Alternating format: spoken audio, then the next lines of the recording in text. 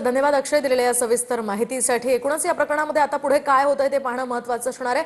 दरम्यान उपमुख्यमंत्री सुनेत्रा पवारांना मंत्री चंद्रकांत पाटलांनी एक मोलाचा सल्ला दिल्याचं पाहायला मिळतंय। अजितदादांनी प्रशासनामध्ये आदरयुक्त धाक निर्माण केला होता, तोच धाक आता सुनेत्रा पवारांनी सुद्धा निर्माण करावा असं चंद्रकांत पाटील म्हणाले। अजितदादा पवारांच्या ऐवजी ते गेल्यामुळे पालकमंत्री पुण्याच्या म्हणून सुनेत्रा वहिनींनी बैठक चालवली। मी पुण्यात ऑनलाईन केलेली आहे।